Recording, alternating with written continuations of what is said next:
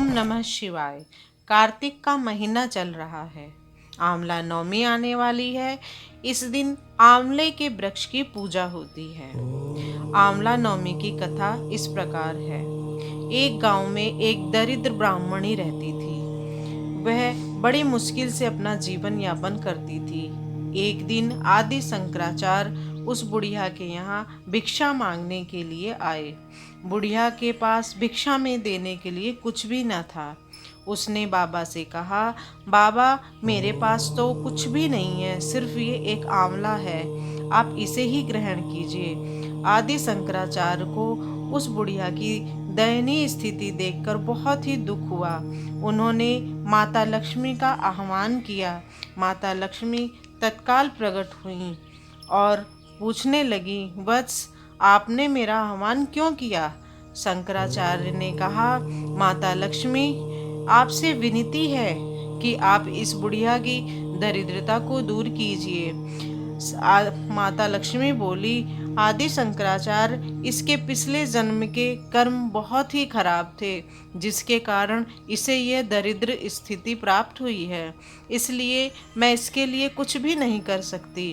आदि शंकराचार्य ने कहा, पर माँ आज के दिन आंवला नवमी है और इसने मुझे आंवला का दान दिया है, अतः आपसे विनती है कि आप इसकी दरिद्रता को दूर करें।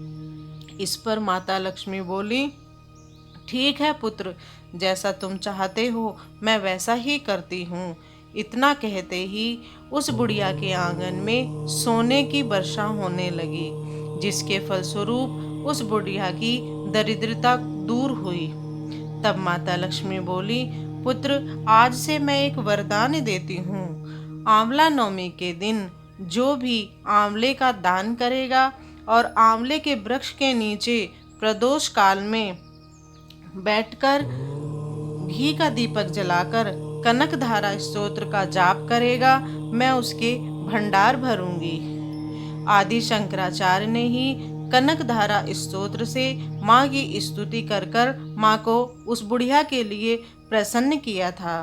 अतः जो भी आंवला नवमी के दिन प्रदोष काल में घी की दीपक जलाकर लंबी बाती रखकर जो पूजा करेगा और कनकधारा स्तोत्र का जाप करेगा, माता उसके धन भंडार भरेंगी, उसके घर में सुख संपत्ति का वास सदैव रहेगा।